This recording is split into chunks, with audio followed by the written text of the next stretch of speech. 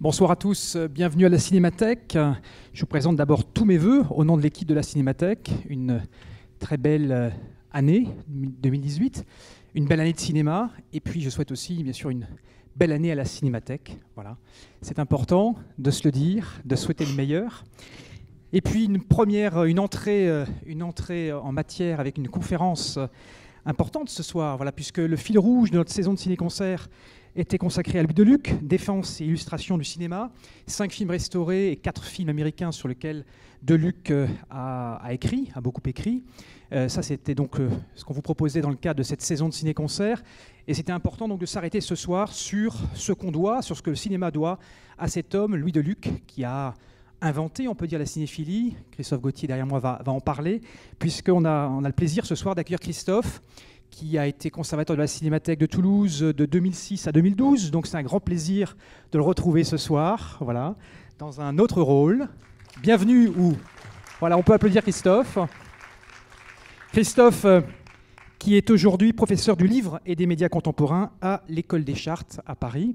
Voilà, et régulièrement, on continue à dialoguer avec Christophe et à travailler avec lui sur des projets. Et on est très heureux donc de l'accueillir ce soir pour cette conférence autour de Louis Deluc, cinéaste visionnaire, cinéaste moderne.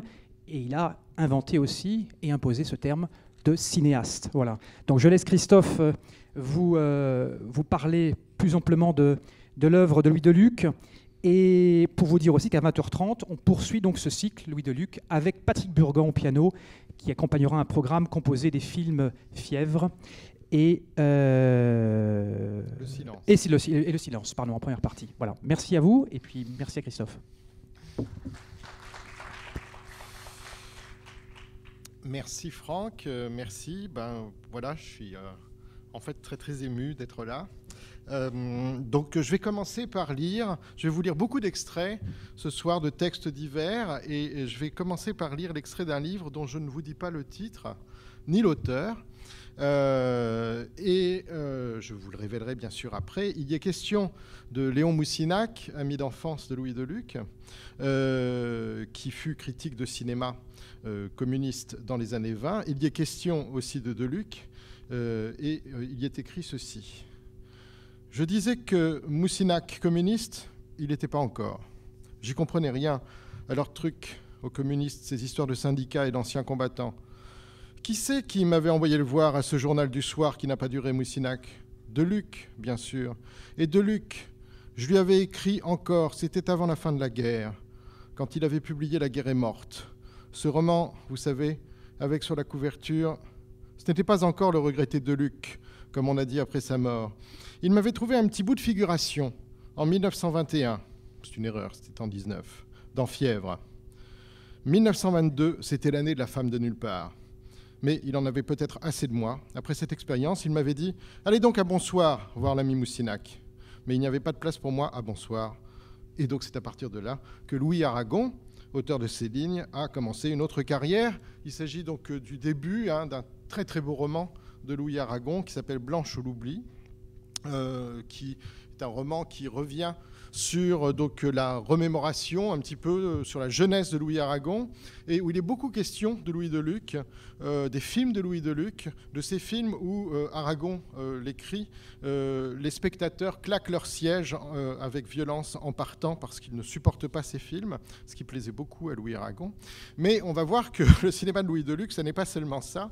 Au fond, cet extrait nous explique comment Louis Aragon ne devint pas critique de cinéma, ce qu'il fut pourtant, le temps de quelques articles dans le journal de Louis Deluc, le film, qui s'appelait Le Film, je vais y revenir, et comment, au fond, Louis Deluc, disparu en 1924, né en 1890, fut critique, mais aussi cinéaste.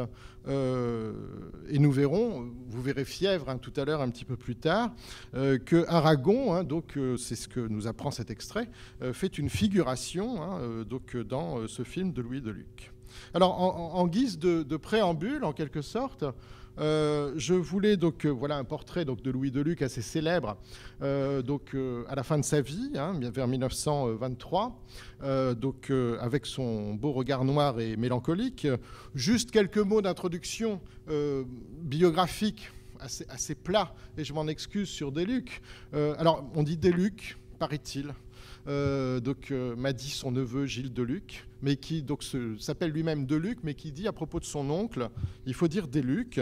Voilà. Louis Deluc était né en 1890 à Cadouin, fils de pharmacien.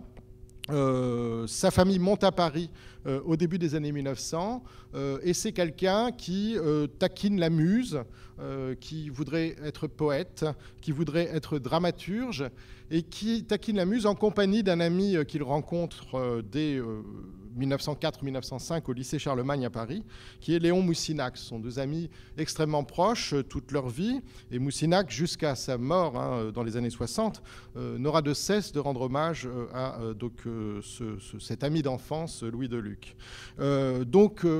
Au début, et nous verrons que le retournement est d'importance, Louis Deluc, c'est un homme qui voudrait faire du théâtre, qui voudrait plus exactement écrire du théâtre et non pas être comédien, qui voudrait rencontrer des comédiens, mais sur une scène et non pas au cinéma. Il fréquente en réalité assez peu le cinéma jusqu'à la Première Guerre mondiale.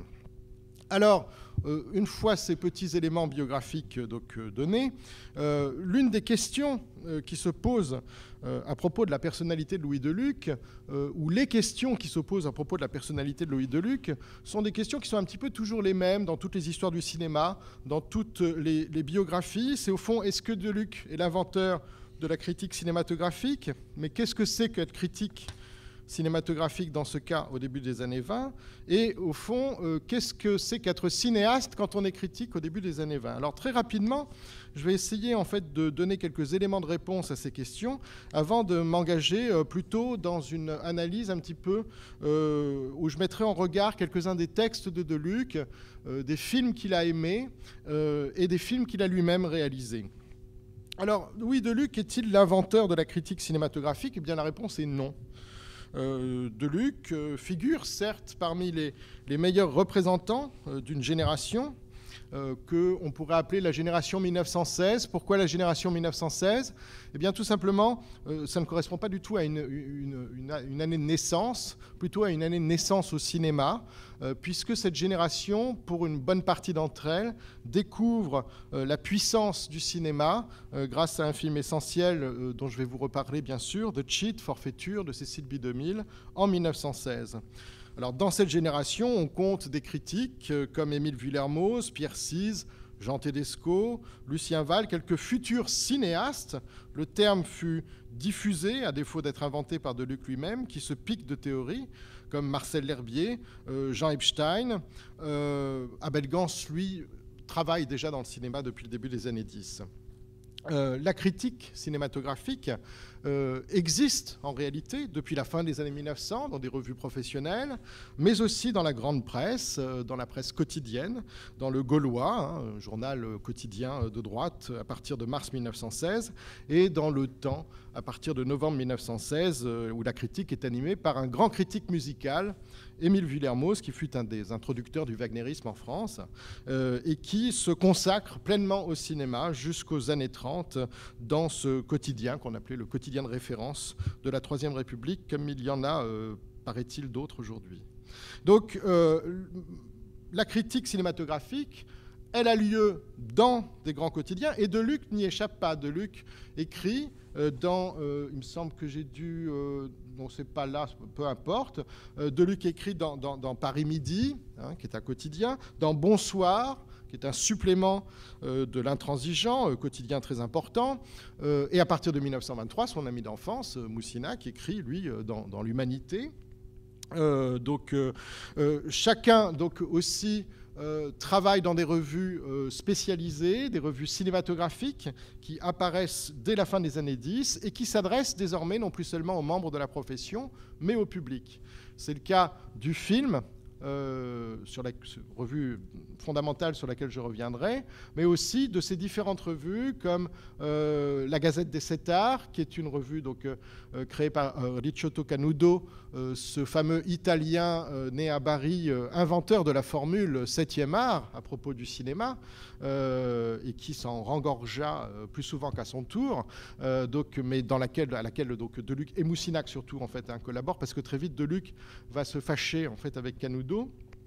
Cinéa, qui est une création, alors là il s'agit d'une couverture donc, de Cinéa, qui est une création de Louis Deluc, qui avait créé auparavant un journal qui s'appelait le Journal du Ciné-Club, ou encore des collaborations régulières à Comédia Illustré, donc périodique très important, couvrant l'ensemble du monde du spectacle et du spectacle vivant en particulier, dans les années 1910, 1920, 1930. Donc la critique, non seulement elle est très importante dans les années 10 et dans les années 20, mais de surcroît, elle a été vraiment apportée par d'autres figures, il s'agirait presque d'une autre conférence, antérieure à Deluc, dès la fin des années 1900 et le début des années 10, et surtout, si elle se développe à la fin des années 10, ce n'est pas le fait du seul Deluc. Toute une génération se met à écrire sur le cinéma, se met à faire de la critique d'ailleurs de cinéma plus que de la critique de film, au fond, puisque l'un des enjeux de cet exercice de la critique cinématographique, c'est de déterminer quelles sont les caractéristiques majeures de l'art cinématographique, puisque art il y aurait. Alors justement, de quoi parle-t-on lorsque l'on parle de critique cinéphile au début des années 20, et j'utilise le terme de cinéphile ici à dessein, puisque cette cinéphilie, cet amour du cinéma, est justement ce qui caractérise cette nouvelle génération. La régularité de la pratique régulière de l'écriture cinématographique dans les premières revues spécialisées, comme dans les quotidiens dont j'ai parlé, à une cadence presque infernale. Deluc a écrit plusieurs centaines d'articles en 5 ans, puisqu'il meurt très tôt, relève bien de l'invention d'un exercice critique qui exerce l'œil du spectateur aux fins d'amélioration, nous le verrons, du cinéma à venir. Si on fait de la critique, c'est pas... Au fond, la finalité est un petit peu différente de celle qu'on attendrait de manière évidente. Il ne s'agit pas seulement en fait, de dire qu'est-ce qui est bon, qu'est-ce qui est mauvais, de dire s'il y a des bons ou des mauvais films, mais bien en fait de regarder les films pour améliorer les films qui seront faits demain, de tirer des enseignements de ces films du passé pour pouvoir, en quelque sorte, dire ce qu'il en sera, justement, des films de demain, et s'il est possible de faire des films qui soient enfin des films véritablement cinématographiques, des films qui exploitent pleinement l'ensemble des ressources artistiques du cinéma demain. Et nous verrons que, de ce point de vue-là, Deluc y voit beaucoup de possibilités dans le cinéma américain, mais en revanche très peu dans le cinéma français. Alors, en 1920, pourtant, le cinéma n'a que 25 ans.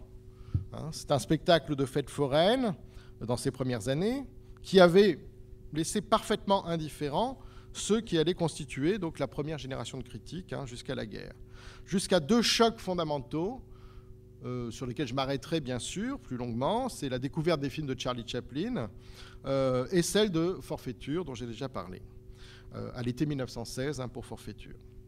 Alors cet art cinématographique, dont on perçoit les promesses mais pas encore les réalisations, est un art dont la syntaxe, l'analyse en quelque sorte, reste encore complètement à définir. Donc ça doit être, on peut l'imaginer, assez excitant en fait de se retrouver confronté à des images que l'on ne sait pas décrire, où il s'agit finalement de mettre en place un vocabulaire de description, d'analyse qui n'avait pas encore été bien évidemment fixé. En d'autres termes, cette critique émergente des années 20, elle se demande comment il convient de parler d'images qui bougent sur un écran, comme on parlerait, s'interroge-t-on, du théâtre, de la littérature ou en termes nouveaux. C'est l'un des grands enjeux, que cet enjeu, je dirais, sémantique, qui est celui justement de la critique des années 20. Il faut tout inventer, les catégories d'analyse, le système de pensée, un langage qui définisse enfin la syntaxe du 7e art. Alors, Deluc, à cet égard, il se dira critique de cinéma plutôt que critique de film, c'est ce que je disais tout à l'heure, au sens où la visée de l'exercice critique, c'est bien la définition de cet objet encore étrange, parce que nouveau, qu'est le cinéma. Donc, il n'est pas l'inventeur de la critique cinématographique, ils sont plusieurs. D'ailleurs, il n'y a jamais un inventeur unique, c'est comme pour le cinéma tout court, pour la photo ou pour l'enregistrement sonore, mais il pratique bien l'exercice critique de manière intense, de manière très dense, en collaborant avec plusieurs journaux et donc avec une visée bien précise qui est de définir, au fond, quelles sont les caractéristiques de l'art cinématographique. Alors, partant de là, finalement, si on peut considérer que Deluc n'est ni tout à fait l'inventeur de la critique, ni tout à fait celui de la cinéphilie, il n'en reste pas moins l'inventeur d'un regard sur le cinéma. Parce que Deluc, il a forgé des goûts et des dégoûts. Il est aussi, donc, en gros, ce qu'il faut aimer, mais ce qu'il aime lui-même et ce qu'il déteste, Feuillade, par exemple, il déteste Feuillade, ce qui pourrait apparaître comme une faiblesse, mais qui en réalité est très cohérent dans le système des Luciens, on va dire, en tout cas de Louis Deluc. Et Deluc est aussi le cinéaste, c'est un terme que l'on peut donc utiliser à propos de Deluc, puisque c'est un terme qu'il a revendiqué pour la pratique justement cinématographique et pour différencier le cinéaste du metteur en scène de théâtre. Donc Deluc est aussi un cinéaste qui va chercher à mettre en œuvre, à mettre en pratique l'expérience cinématographique acquise en regardant les films des autres.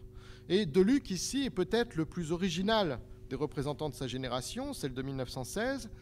Lorsqu'il fait des films, il ne cherchera pas à faire œuvre de génie, ça on va le laisser à Abel Gance. Il ne se contente pas de l'écriture non plus, donc en abandonnant l'ambition cinématographique qui a un temps tenté Léon Moussinac, mais Moussinac a écrit des scénarios, a voulu réaliser un film avec Epstein, un scénario très méconnu qui est conservé à la Bibliothèque nationale de France, et puis finalement il abandonne en fait le projet. Il ne tente pas non plus, Louis Deluc, une adaptation au contexte français des recettes de l'entertainment américain, avec d'ailleurs une certaine maladresse, comme le tente son patron à la revue Le Film, qui s'appelle Henri Diamant-Berger, qui a réalisé notamment une version des Trois Mousquetaires en 1920. Et Deluc non plus ne se satisfait point de ce que l'on pourrait appeler les vertiges de l'avant-garde, comme par exemple son collègue, plus qu'ami, il faut le dire, Marcel L'Herbier. Donc c'est un délicat exercice d'équilibre que ce livre de Deluc, à mon sens, dans ses films, entre le désir d'acclimatation des grands récits américains, un réalisme empreint de mélodrame qui est hérité d'un très grand metteur en scène de théâtre qui est passé à la réalisation de films en 1917 et qui s'appelle André Antoine. J'y reviendrai un instant. Qui est quelqu'un qui a inventé en quelque sorte le réalisme au théâtre et qui en 1917 passe au cinéma et bouleverse totalement d'ailleurs en fait sa manière d'appréhender et l'espace et la direction d'acteurs pour un cinéma réaliste, naturaliste, qui est un cinéma dont on verra à quel point il irrigue. Le terme, d'ailleurs, convient assez bien, puisqu'il s'agit en particulier du film qui s'appelle L'Inondation. Il irrigue donc le cinéma de Deluc, ce réalisme, ce naturalisme, irriguant aussi tout un pan du cinéma français. Donc ce délicat exercice d'équilibriste entre, au fond, l'acclimatation des grands récits américains, comme je le disais, le réalisme, trace une voie personnelle qui s'efforce avant tout, et non sans humilité chez Deluc, de poser les jalons de ce que devrait être le cinéma français, enfin débarrassé de ce que Deluc considère comme étant ces scories théâtrales et littéraires qui le condamnent. Car en effet, si Deluc a un ennemi en termes de cinéma, c'est bien tout ce qui peut ressembler au théâtre. Et de ce point de vue-là, il sera impitoyable contre tous ces cinéastes de l'ancienne génération. Alors c'est une génération pas très âgée, pas beaucoup plus âgée en réalité que celle de Deluc, mais c'est une génération qui est arrivée au cinéma à la fin des années 1900 et au début des années 10, dont il considère qu'il s'agit pour le plus souvent de films encore totalement empesés d'une tradition théâtrale dont il avait été pourtant un grand admirateur, comme lui-même amateur de théâtre dans les années 10, mais qui ne convient pas à l'expression cinématographique. Alors, c'est au film, dans cette revue dont je vous montre ici, alors oui, comme je le disais, en préparant en fait la séance, j'avais oublié, comme quoi, vous voyez, enfin, j'avais oublié, peut-être plus exactement, refoulé, la taille de l'écran ici, voilà. Donc tout simplement parce que maintenant j'ai l'habitude de parler dans des salles de séminaire avec des écrans timbre-poste. Alors du coup, voilà, là je me sens totalement écrasé là par ces images dont j'ignore du coup si la définition est satisfaisante pour vous. Vous m'en excuserez par avance. Donc c'est au film. Le film, c'est une revue qui a été créée en février 14. La parution s'interrompt au début de la guerre et le titre est repris en février 16, au début de la bataille de Verdun, par Henri Diamant-Berger, ce futur cinéaste dont j'ai parlé tout à l'heure, qui d'abord est directeur d'une revue de cinéma. Louis Deluc entre au film en 1917. Il prend la rédaction en chef de la revue en juillet 1917 et pendant un peu plus d'un an, une nouvelle génération va faire de cette revue le centre de la vie cinématographique française. Colette, l'écrivaine Colette, y a tenu la page art critique avant Louis Deluc, mais elle cède la place, même si Deluc va la solliciter un petit peu, et se joignent à Louis Deluc des gens qui n'avaient pas de place dans la presse cinématographique jusqu'à présent, qui sont parfois très jeunes, parfois un tout petit peu moins, parfois déjà dans le métier. C'est le cas d'Abel Gans, qui est né en 1889, donc il a en fait un an de plus seulement que Deluc, de Jacques Feder, qui est né en 1887, de Jacques de Baroncelli, de Louis Aragon, qui écrit donc au film, ou de Léon Moussinac. Donc Gans, Feder, Baroncelli seront cinéastes eux-mêmes dans les années 20, enfin Gans l'est déjà en 1917. Alors le film a deux objectifs principaux. Il s'agit d'abord de redonner au cinéma français la place qui était la sienne avant la guerre, et pour cela, selon un éditorial célèbre de Diamant-Berger en novembre 1917, il faut faire, je cite, « place aux jeunes ». Ce qui implique non seulement d'évincer de la production cinématographique toute cette génération qui avait travaillé avec des modèles qui sont ceux du vieux théâtre, mais aussi faire un bilan du cinéma tel qu'il a été construit depuis son invention, une prise de pouvoir de la jeune génération qui, en réalité, alors ça c'est assez fascinant, qui fonctionne exactement à l'identique de la manière dont ça se passera une quarantaine d'années plus tard pour les jeunes Turcs de la nouvelle vague. C'est-à-dire qu'on a, par le biais d'un organe de presse qui a un écho certain dans le milieu cinématographique de l'époque, le film en 1917, les cahiers du cinéma, mais qui ne sont pas seuls dans les années 50, une jeune génération qui dit pique-pendre du cinéma français de son époque et qui dit que le cinéma américain est le seul cinéma qui vaille la peine d'être vu, voire d'être vécu. Et qui finalement va finir par prendre le pouvoir au sein de l'industrie cinématographique. Ça fonctionne exactement pareil. C'est assez fascinant cette redondance, justement, dont en quelque sorte le modèle, le paradigme est posé par la génération 1916.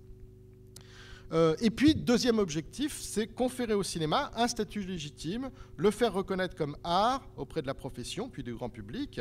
En un mot, lutter pour la légitimation esthétique du cinéma. Je passe rapidement sur la suite. Alors, Deluc intervient beaucoup dans le film. Il le quitte fin 18. Il est alors mobilisé. C'est à la fin de la guerre, mais il est mobilisé en fait. Il a été tenu éloigné du front pendant toute la guerre, puisqu'il était malade, tuberculeux. C'est d'ailleurs ce qui va le tuer. Mais il est quand même mobilisé à l'arrière dans des bureaux, donc à période régulière, pendant la guerre.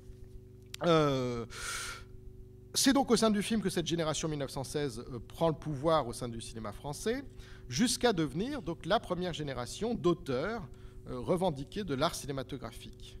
Et c'est à partir de cette expérience du film que Deluc critique, pas seulement ancien critique. Deluc poursuit l'exercice critique jusqu'à sa mort et tout en faisant des films. À la différence d'un Truffaut, par exemple, qui arrête la critique à partir du moment où il commence à faire des films. Deluc donc tourne 7 films entre 1919 et 1923. Il crée divers journaux, j'en ai déjà parlé. Et donc ces 7 films, seule une partie est conservée. Vous en verrez 2 tout à l'heure ce soir. Le silence n'étant conservé d'ailleurs que de manière incomplète, malheureusement, jusqu'à son dernier film, L'Inondation, tourné en 1923 et sorti en 1924, au moment où Deluc meurt brutalement. Alors Deluc, comment en est-il arrivé là ? Avant Forfaiture, Deluc l'a avoué à plusieurs reprises, le cinéma l'intéressait peu, il s'est beaucoup tourné vers des figures de théâtre, notamment vers cette grande figure totalement oubliée aujourd'hui, hein, qui s'appelle Édouard de Max, qui était un acteur célébrissime, hein, des années 1900, une immense star, en fait, avec une aura équivalente à celle de Lucien Guitry pour les hommes, voire pour les femmes, pas tout à fait équivalente quand même à celle de Sarah Bernard, mais une aura considérable. Deluc n'a pas encore abandonné l'idée d'une carrière théâtrale en 1916. Il va épouser en 17 Ève Francis, qui est une tragédienne, une claudélienne, une actrice claudélienne remarquée, hein, donc, dans les pièces de Paul Claudel qui se jouent donc, à cette époque-là et que Deluc découvre sur scène. Et Ève Francis joue dans tous les films de Louis Deluc. Deluc n'abdiquera jamais d'ailleurs son ambition littéraire, hein, puisqu'il produit une dizaine de livres en quelques années, parmi lesquels des romans, des nouvelles, des recueils d'articles. Ce fameux livre, La guerre est morte, qui est un livre tout à fait extraordinaire, qui raconte justement en fait, son expérience de la guerre, cantonnée donc, dans un style pré-célinien, hein, d'un certain point de vue, qui est un livre tout à fait étonnant. Et une monographie sur Charlie Chaplin, qui est donc la première monographie sur Charlie Chaplin jamais publiée. Alors, à l'été 1916, c'est donc la future épouse de Louis Deluc, Ève Francis, qui l'entraîne voir Forfaiture, The Cheat, de Cécile B. DeMille, qui vient de sortir sur les écrans français, qui est un choc sans égal. C'est un film tout à fait mineur, comme il en existe des dizaines, qui paraissent sur les écrans français pendant la guerre, parce que la production cinématographique française est en sous-régime. C'est un film mineur pour les Américains, mais pour les Français, c'est le film matriciel, on peut dire, de toute la cinéphilie française, pour Deluc, pour Moussinac, pour L'Herbier. Il y a aussi des pages sur Forfaiture de Sandre Ars, hein, qui a découvert le cinéma, alors beaucoup avec Chaplin, mais Forfaiture c'est aussi important, pour Canudo, etc. Et donc on va tout de suite regarder, parce que j'ai déjà beaucoup parlé, un premier extrait de Forfaiture.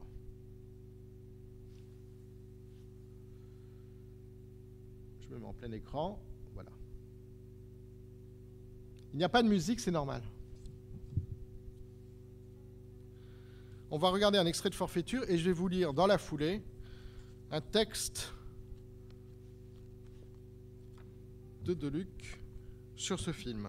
Je pourrais presque le lire en même temps, en réalité, puisqu'il n'y a pas de musique.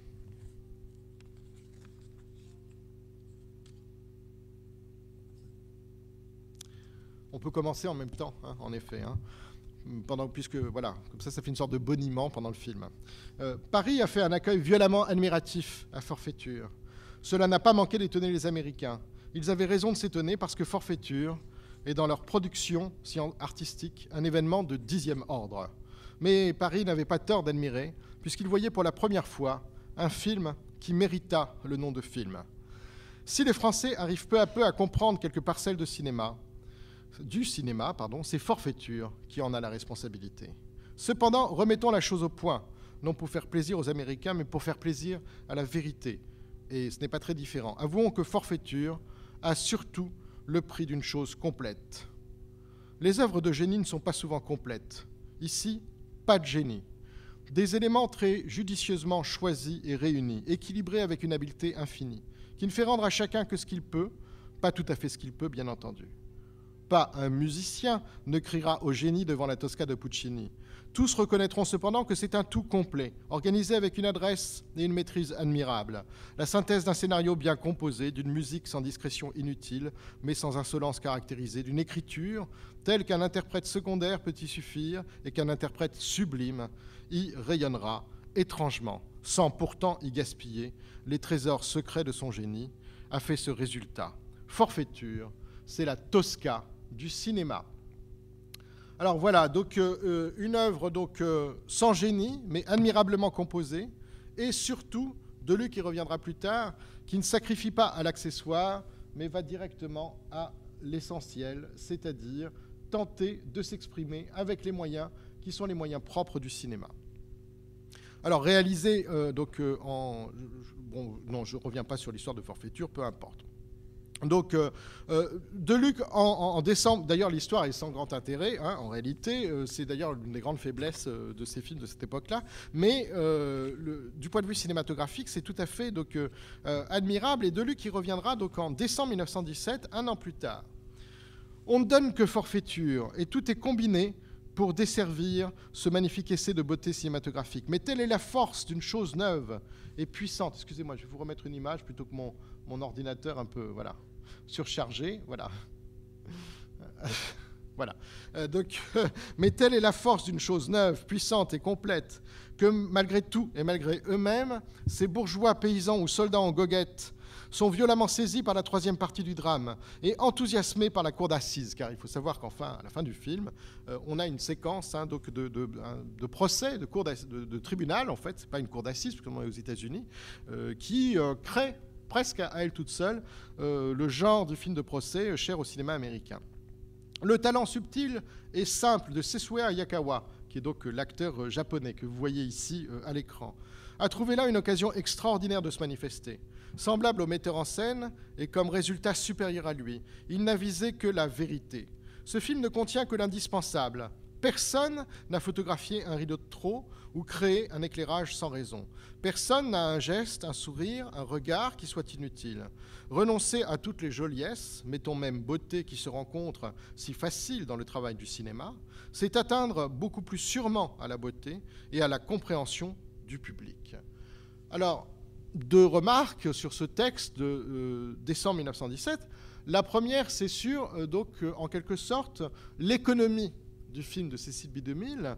Ce film ne contient que l'indispensable qui me fait toujours penser, lorsque je recite ce texte que j'aime bien citer, à cette phrase, vous savez, de Truffaut, en substance, « Je défie quiconque de trouver un plan inutile » dans un film d'Ernst Lubitsch. Hein. Donc on a finalement ce même goût pour l'économie, pour l'indispensable, pour ce qui n'est que nécessaire, dans, je dirais, en fait, l'organisation d'une histoire cinématographique sur le plan cinématographique, du point de vue cinématographique, et qui séduit autant Deluc qu'elle pourra séduire chez un autre type de cinéaste, bien entendu, François Truffaut. Et puis, deuxième élément, c'est que cette critique, on peut la lire, au fond, ici, comme une sorte d'art poétique pour Deluc. Et d'ailleurs, Deluc ne cessera de relever la postérité du film, l'ambition finalement à faire aussi cinéma, pourrait-on dire, que forfaiture, et puis aussi sa malheureuse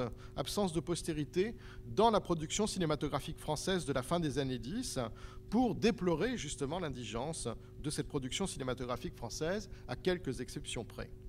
Alors, à forfaiture est associée la figure de Charlie Chaplin, à qui Deluc consacrera donc un ouvrage, je l'ai dit.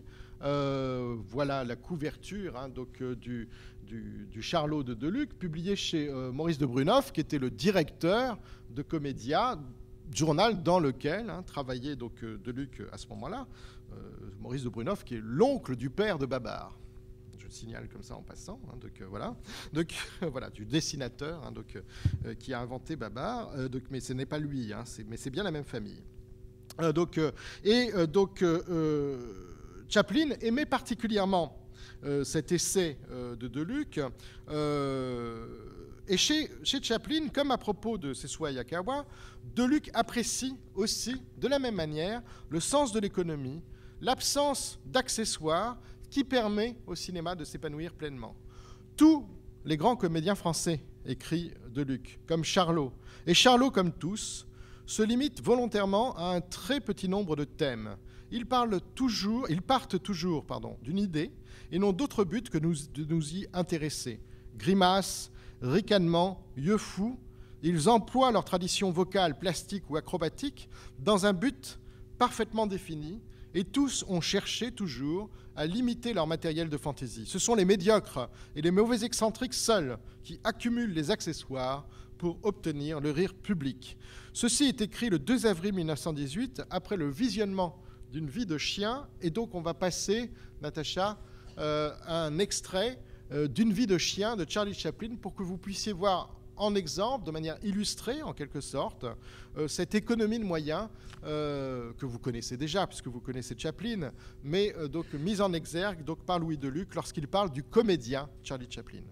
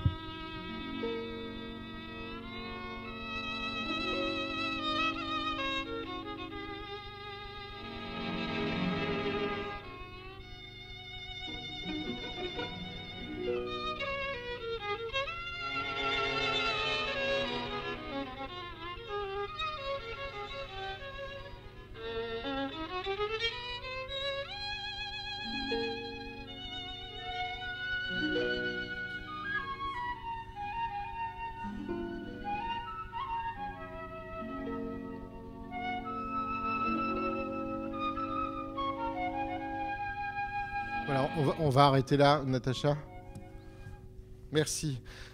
Et donc, voilà une illustration parfaite de cette économie, mise en exergue donc, par Deluc, à partir, donc, en effet, d'un répertoire, d'un registre de mimiques relativement limité, mais qui donc, laisse, en quelque sorte, aux yeux de Deluc, sa place à l'épanouissement d'une chose nouvelle et éblouissante qui est le cinéma.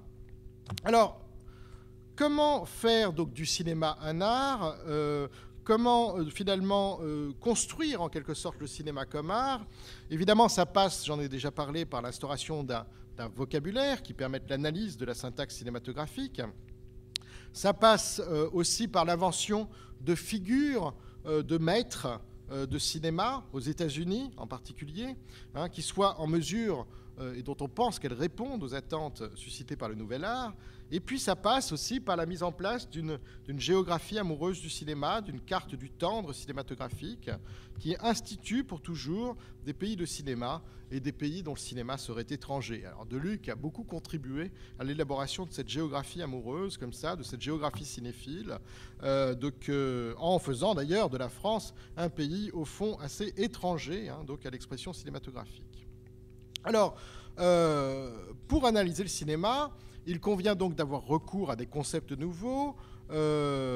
Par exemple, je n'ai pas le temps de détailler ici parce que je vois que l'heure tourne, le rythme, mais aussi la photogénie. Alors il faut quand même que je m'arrête un instant sur cette notion centrale pour Deluc, qu'est la photogénie, Parce que la photogénie, c'est quelque chose qui va être repris ensuite par quelqu'un comme Jean Epstein, et dont il sera d'ailleurs question beaucoup plus tard, très longuement, assez longuement chez Gilles Deleuze. Mais la photogénie, au départ, est une notion venue de la photographie, certes théorisée quelques années plus tard, plutôt par Jean Epstein que par Deluc, car Deluc n'était pas théoricien, mais c'est une notion qu'il emploie quand même relativement souvent, et qui reste d'ailleurs assez floue, pour désigner tout ce qui peut contribuer à capter en quelque sorte l'attention du spectateur. La photogénie peut surgir dans ce qu'on n'appelle pas encore le champ, mais par la grâce du découpage ou celle du gros plan sur le visage d'une comédienne ou d'un comédien, Sessue Hayakawa, ou ici, comme vous l'avez sur l'image, Alla Nazimova. Je cite un texte plus tardif de mai 1923, à propos d'Alla Nazimova. « Certes, le masque est beau, et je devine et comprends ceux qu'indigneront mon refus de voir là une mime. Le plus beau masque n'est pas un visage et vaut autant d'admiration qu'un visage qui sait se masquer. Je l'admire celui-là pourtant. Je sais gré à Nazimova de ne pas l'obliger à ses semblants de sensibilité et aussi de ne pas l'exagérer en ses tempêtes de muscles, à quoi excellerait pourtant cette sculpture asiatique. Elle joue de ses traits avec une précision délicieuse, 2 ou 3 petits plis de la bouche, un peu de tourment au front, des yeux qui chavirent sans violence, voilà l'essentiel, et c'est de quoi aimer cinématographiquement l'énigme de cette face où la sensualité, la passion, la douleur ne sont que nuances esclaves de la volonté et de la réflexion. » Alors il va de soi que lorsque Deluc filmera F. Francis, vous le verrez ce soir, tout à l'heure, dans ses films, il tentera justement de mettre en scène, en quelque sorte, ce visage-paysage dont, au fond, Griffiths s'était déjà fait en quelque sorte l'expert, dès Les Deux Orphelines, et le visage, donc finalement, simple, mais exprimant toutes les nuances comme ça de la passion chez donc, son épouse comédienne F. Francis. Mais cette sorte de surplus des choses, de surplus de sentiments suscités par la photogénie, il peut aussi bien venir d'un objet et d'un objet signifiant dans l'action, et c'est le cas à propos, donc justement, alors je vous passe un petit extrait, donc un petit peu plus tardif, de Forfaiture, lorsque, quelque temps plus tard, Fanny Ward, la comédienne qui joue dans Forfaiture, se trouve confrontée à l'infamie du personnage incarné par Sessue Hayakawa, qui propose de l'aider financièrement, puisqu'en fait elle a perdu une grosse somme d'argent, mais en contrepartie de quoi il faut qu'elle soit sa propriété, et le viol, puisque c'est de cela dont il s'agit, est ici symboliquement représenté par une scène d'ordalie où il va la marquer au fer rouge.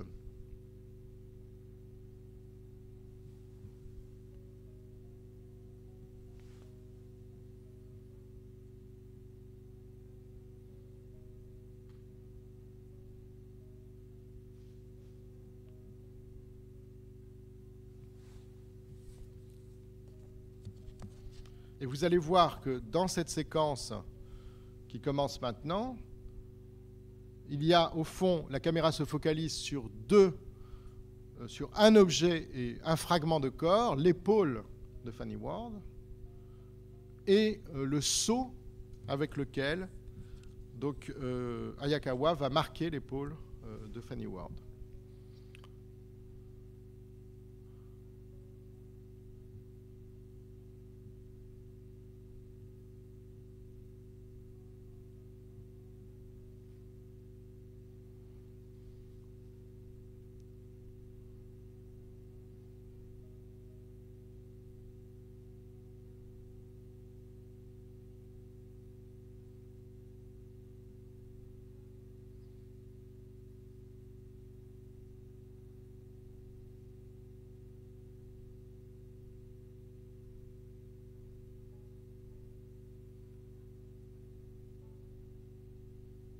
Vous voyez qu'on passe en gros plan, ici.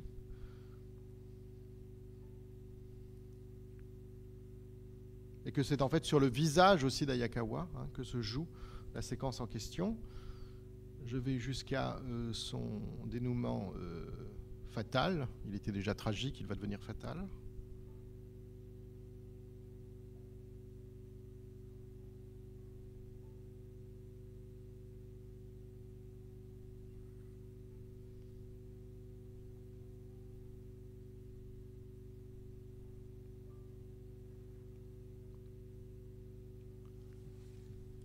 Et je m'arrête là. Vous ne connaîtrez pas la suite. Mais vous pouvez avoir quelques hypothèses.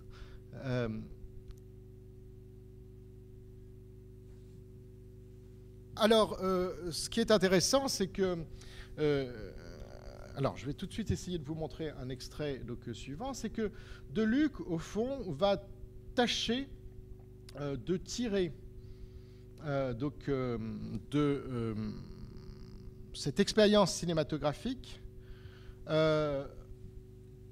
des leçons, des enseignements pour ce film, certes daté de 1921, mais en fait le film a bien été tourné en 1919. Fièvre, qui est un film sur lequel je m'arrête un instant. Fièvre n'est pas tout à fait la première expérience cinématographique de Deluc. Néanmoins, c'est le premier film sur lequel il existe une sorte de contrôle complet et avec quasiment aucun moyen, zéro moyen. C'est la raison pour laquelle on trouve dans ce film, parmi les comédiens, un certain nombre d'amis proches de Deluc, certes son épouse, qui est en principe plus qu'une amie proche, Gaston Modo, comédien très célèbre qui était l'ami de Deluc et que l'on va retrouver dans tout le cinéma français jusqu'aux années 50, de l'âge d'or à Casque d'or, en passant par Les Enfants du Paradis, Léon Moussinac, mais aussi Jeanne Moussinac, l'épouse de Léon Moussinac, qui fait une figuration, et nous l'avons vu tout à l'heure, Louis Aragon, qui joue dans ce film qui se déroule dans un bouge marseillais, reconstitué en studio, et qui propose dans une sorte de séquence de film en huis clos en quelque sorte, une histoire fondée sur le souvenir de tel ou tel personnage, et une histoire de femme, de rivalité pour une femme qui à un moment donne lieu à une bagarre considérable. Alors il faut savoir que le film, s'il sort avec retard, c'est parce qu'il a eu de grosses difficultés avec la censure, ce qui n'avait pas été le cas en pleine guerre de forfaiture, ce qui est quand même assez surprenant. Mais il a eu de grosses difficultés avec la censure, qui a obligé Deluc à modifier son titre, qui s'appelait initialement La Boue, et donc à le transformer en Fièvre, mais aussi à en retrancher tel ou tel plan considéré comme problématique aux yeux de la censure en 1919-1920. Alors, je vais vous passer un petit extrait très très rapide qui fait une vingtaine de secondes de Fièvre, juste pour vous montrer comment Deluc focalise aussi sur un objet, ou plus exactement ici sur un animal, et tire en quelque sorte les enseignements de la photogénie telle qu'il a pu la remarquer dans le film de Cécile B. 2000.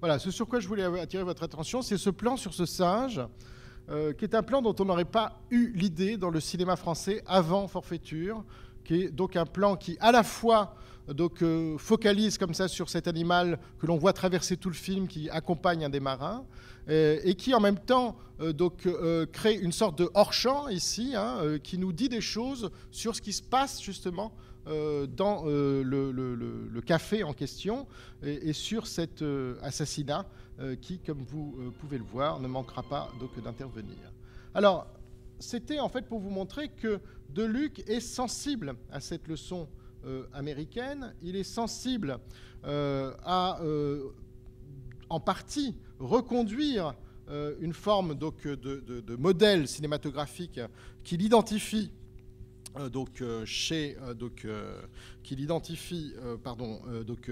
les cinéastes américains, mais c'est aussi au fond quelqu'un qui justement va chercher dans le cinéma français, et je vais tout de suite passer à cet aspect-là, car sinon on n'aura le temps d'abord pour aucune question, et puis je risque de dépasser mon temps, qui cherche donc des figures nouvelles, des figures de maîtres, des figures de précurseurs dans le cinéma français. Et parmi ces précurseurs, alors il y a bien sûr chez les Américains Griffith, on aurait pu citer aussi Thomas Ince, qui est un producteur, plutôt l'équivalent d'un producteur exécutif aujourd'hui, au sein d'une firme cinématographique célèbre qui s'appelle La Triangle. Mais j'ai mis ici une photo d'André Antoine, ce metteur en scène de théâtre dont j'ai parlé tout à l'heure, à propos duquel, donc, en 1917, Deluc donc, écrit un texte célèbre qui s'intitule « Antoine travaille ». Alors, voilà Antoine, donc homme de théâtre au départ, au cinéma. Je ne sais pas s'il y pensait depuis longtemps, mais nous y pensions toujours. Que ferait-il s'il venait au cinéma un jour? À présent, nous sommes renseignés.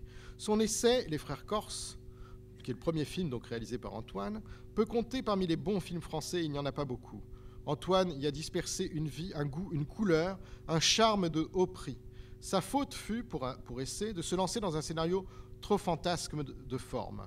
Cela, je pense, a dû nuire ou aurait pu nuire au succès du film. Et puis la nature du récit favorisait une verve romantique où devait nécessairement s'abandonner cet artiste, maître et virtuose de toutes les séductions matérielles de la scène. L'abîme qui sépare le théâtre du cinéma apparaît maintenant dans toute son immensité. Antoine ne le savait pas, il le savait moins que personne. Et ses premiers efforts cinématographiques, il les a entrepris avec les mêmes procédés qu'il a appliqués à Jules César, à Ramuncho ou à La Faute de l'abbé Mouret, toutes pièces mise en scène par Antoine précédemment au théâtre. Il songeait au décor avec l'acception théâtrale de ce mot. Il choisit pour commencer des cadres historiques d'un caractère trop nettement scénique. Il choisit aussi ses comédiens parmi les plus doués. Et vous voyez ce qu'est un comédien doué qui n'a pas encore oublié le conservatoire, à l'encontre donc d'Ayakawa ou de Alla Nazimova. Dans les tableaux bâtis de toutes pièces, l'admirable bal de l'opéra par exemple, cette manière faisait merveille et parachevait l'harmonie des lumières, des appartements, des costumes. Mais dès que nous retrouvions le plein air et des scènes de vie extérieures, nous étions gênés, nous dit Deluc toujours, par ce relent de théâtre qui est tellement hors de propos au cinéma.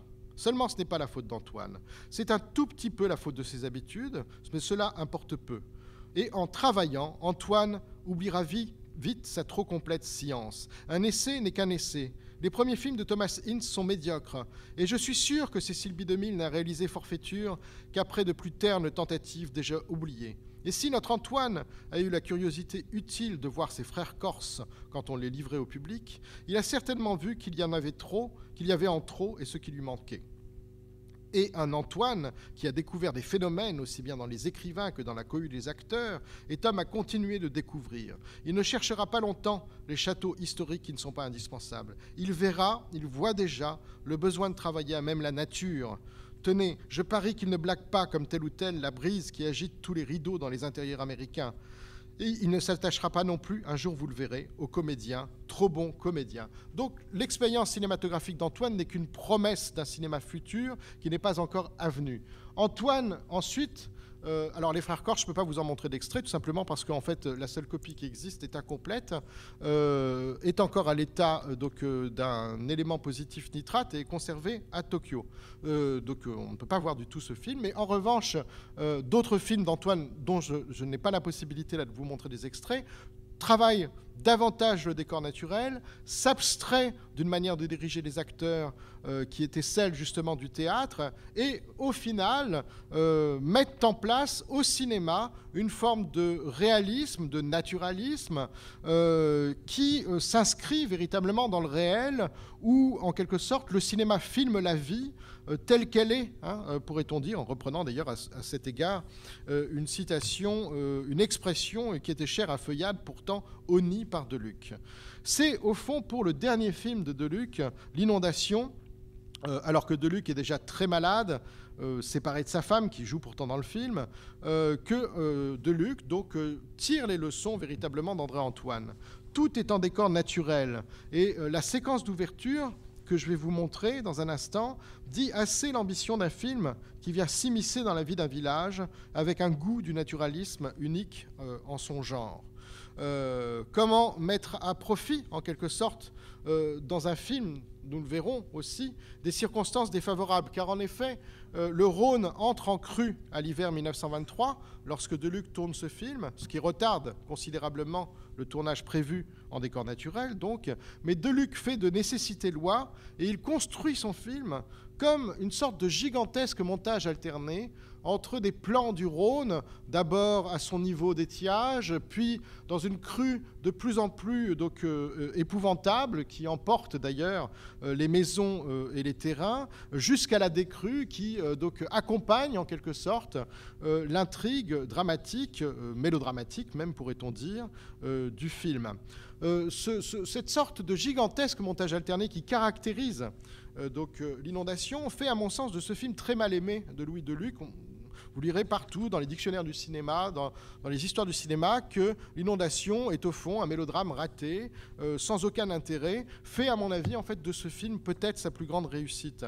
C'est-à-dire un film qui sait à la fois allier l'influence d'Antoine, de ce réalisme cinématographique tant recherché, tant désiré par Deluc, mais dont Deluc a parfois même considéré que Antoine ne l'avait pas tout à fait atteint, et d'un autre côté, l'influence du cinéma américain et en particulier, évidemment, le modèle de Griffith, qui fait définitivement cette double influence, franchir au cinéma de Deluc la frontière entre le théâtre et le cinéma, qui en effet ne repose pas sur un seul changement de pratique, mais sur une nouvelle conception artistique, et qui, pour Deluc, reste donc l'horizon indépassable, en quelque sorte, du cinéma. Reste aussi son objectif, qui est de tracer, ce par quoi j'ouvrais cette petite conférence, de tracer cette voie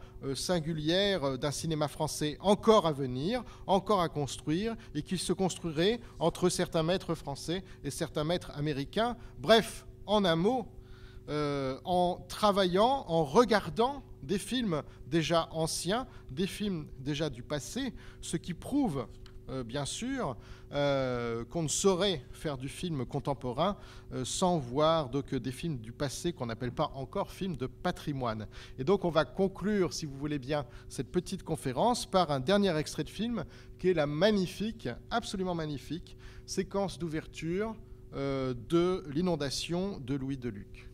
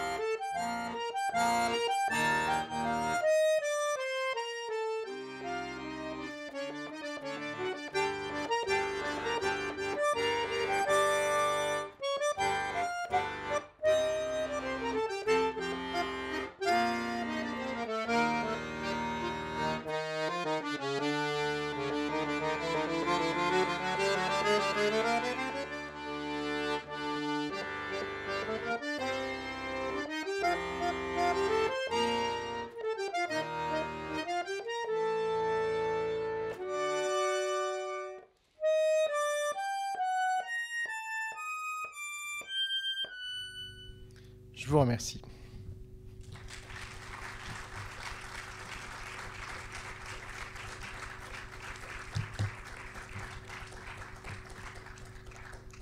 Merci Christophe. On a peut-être le temps pour 2 ou 3 questions, pas plus, parce qu'il est déjà un petit peu tard. Est-ce que certains veulent se lancer ?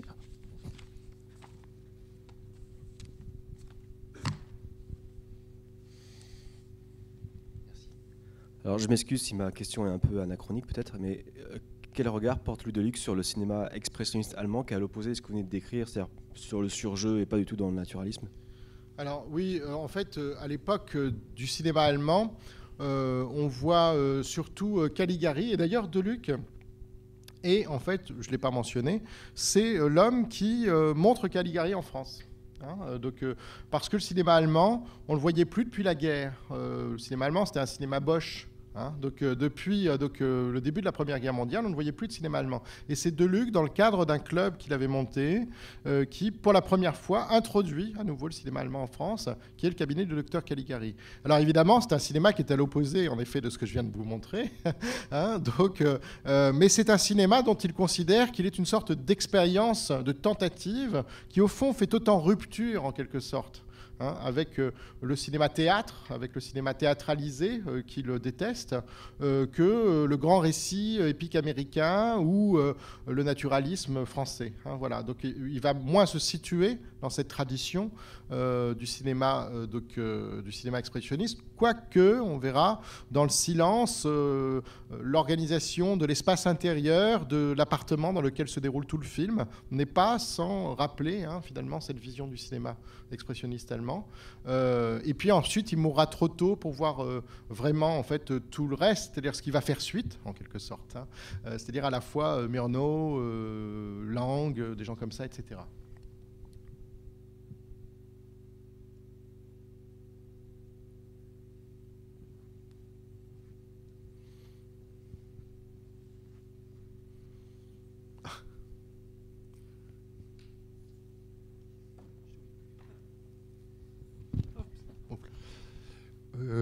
Dans l'extrait qu'on vient de voir, que vous nous avez montré, je suis surpris qu'il y a au moins 3 ou 4 régimes d'images différents. Oui, absolument. Et ils ne sont pas raccords, ni par la dramaturgie, ni par la cinéplastie.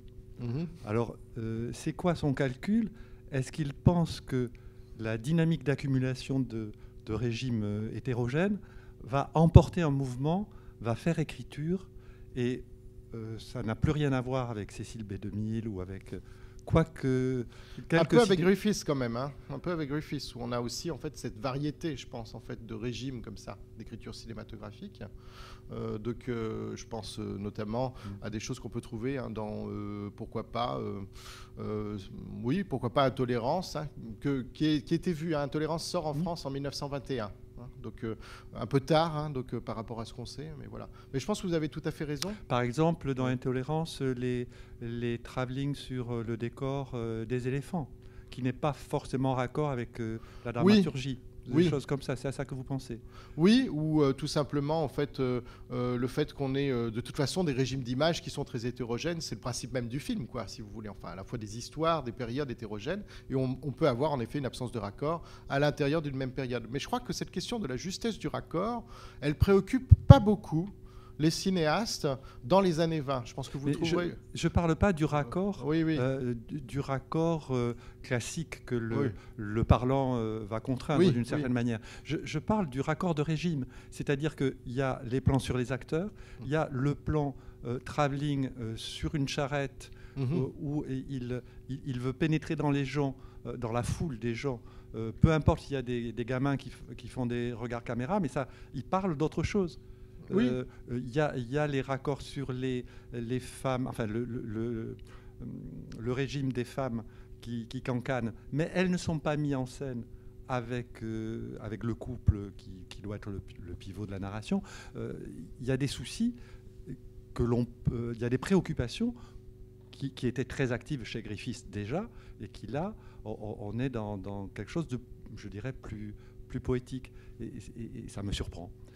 Alors je crois que c'est aussi en fait ce que vous avez finalement très bien décrit d'ailleurs ici, c'est au fond ce que l'on a pu définir comme étant les caractéristiques de ce qu'on a parfois appelé l'avant-garde narrative française, quoi, si vous voulez, hein, donc qui fonctionne comme ça, avec une hétérogénéité de registres, et qui, à mon sens, et c'est aussi le cas des historiens du cinéma, je pense à un historien américain comme Richard Abel, qui a beaucoup analysé cette première avant-garde, qui s'inscrit dans une tradition qui est aussi celle du réalisme, c'est-à-dire qui peut jouxter, en quelque sorte, juxtaposer des plans complètement documentaires, des plans complètement fictionnels, quoi, si vous voulez, sans un même registre de narration, mais qui, je crois que le terme d'accumulation que vous avez utilisé était tout à fait juste, hein, en réalité, qui par accumulation, en quelque sorte, semble pouvoir, alors ça ne marche pas toujours, mais parfois ça marche, semble pouvoir faire sens. Hein, voilà. Donc je crois que c'est tout à fait ça, en effet.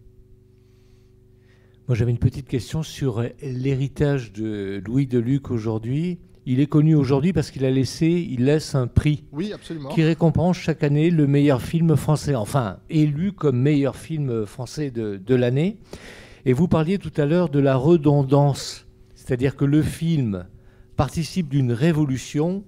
Les jeunes critiques, comme les jeunes ducs des cahiers du cinéma dans les années 50, les théoriciens, hein, parce que là, on parle de théorie, au cahier des cinémas, on sait que les cahiers du cinéma, enfin les critiques, ont fait rentrer la critique à l'université.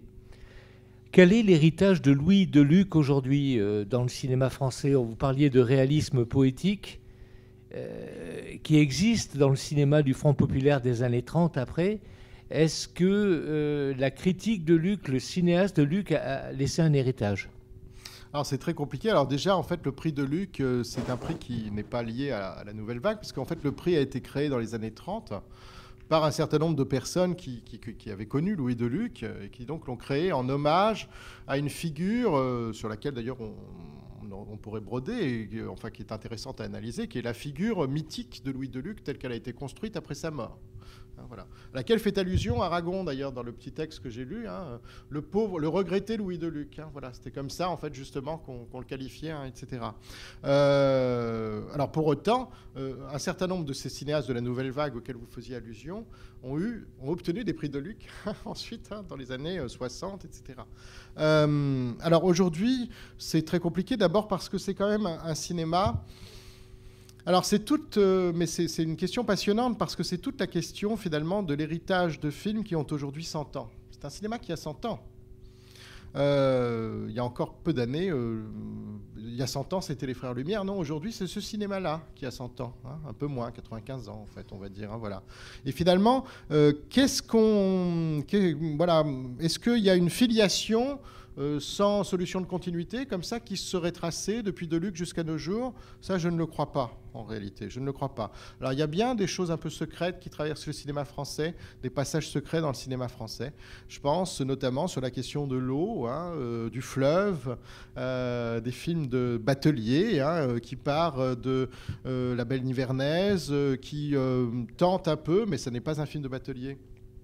Donc Louis Deluc avec l'inondation, qui est aussi le propre d'Antoine avec l'hirondelle et la mésange, et que l'on retrouve ensuite évidemment chez Grémillon, dans Maldon ou chez Jean Vigo, hein, avec La Talente. Alors s'il y a, je pense, un héritage quand même de Deluc, c'est certainement, y compris d'ailleurs dans cette hétérogénéité que vous remarquiez, monsieur, peut-être chez Jean Vigo. Hein, voilà, et Jean Vigo, on le sait, lui a une fortune considérable parce qu'il a continué à être vu par les cinéastes, par les apprentis cinéastes ensuite. Car Deluc, en réalité, il a été très peu vu. On sait que dès 1936-1937, alors dès 1928, le film Fièvre est acheté par Léon Moussinac. La copie que je vous ai montrée tout à l'heure, c'est une copie, en fait, une copie de copie, qui provient justement de cette version très incomplète que Moussinac avait reconstituée en 1928 pour rendre hommage à son ami. Et le film a été ensuite tiré et mis à disposition de plusieurs cinémathèques dans les années 40-50. Mais ensuite, les films de Deluc, certes, ont été montrés par Henri Langlois dès 1936-37 dans un programme consacré à l'avant-garde française. Et Langlois a été un des premiers, à la Cinémathèque française à Paris, à mettre en exergue cette notion d'avant-garde, dès les années 50, dans les cahiers du cinéma. Donc c'est un cinémathécaire, en l'occurrence, pas n'importe lequel, même si, évidemment, ici, le nom de Langlois est un petit peu connoté, mais c'est quand même un cinémathécaire important, bien sûr, qui a tracé, en réalité, lui-même, une ligne continue entre Deluc et la Nouvelle Vague. À partir de textes écrits dans les années 50 et à la fin des années 50, autour de cette première vague, le terme de première vague d'ailleurs est d'Henri Langlois, ou de cette première avant-garde des années 20. Alors, il en passait des copies dans sa salle, que ce soit rue d'Ulm ou plus tard dans les autres salles de la Cinémathèque française, mais il faut bien le dire que jusqu'aux années 90, c'était des films dans un état si épouvantable qu'il était difficile, à vrai dire, d'en distinguer quoi que ce soit. Moi, j'ai vu des films de Deluc en 1988 à la Cinémathèque française. Voilà, c'était tout noir, on n'y voyait rien, le film était complètement incomplet, etc. Donc après, c'est aussi moi, une question que je me suis souvent posée d'ailleurs quand je travaillais ici à la Cinémathèque de Toulouse, au fond, comme cinémathécaire. C'est qu'est-ce qu'on montre, comment est-ce qu'on le montre, en particulier pour ce cinéma muet-là, qui, on le voit lorsqu'il est restauré, peut être absolument magnifique, surprenant, étonnant, stupéfiant. Et au fond, si on montre, certes, des films des collections, mais dans un mauvais état, qu'est-ce qu'on va apprendre, qu'est-ce qu'on va transmettre au public, voilà. Donc, je ne sais pas dans quelle mesure Deluc a été transmis. Alors aujourd'hui, d'abord, il est montré ici à la Cinémathèque de Toulouse. Il y a un coffret DVD qui existe. Il y a eu des opérations de restauration.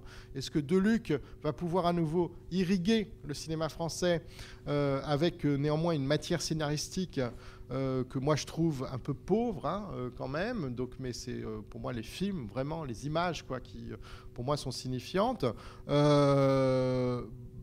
Voilà, ça je ne peux pas le dire en réalité. Voilà. Mais je connais assez peu de cinéastes contemporains que vous entendriez à telle émission de radio sur le cinéma dire « Ah oui, moi franchement, c'est Louis Deluc ». Ça, je ne l'ai pas trop entendu quand même. Voilà.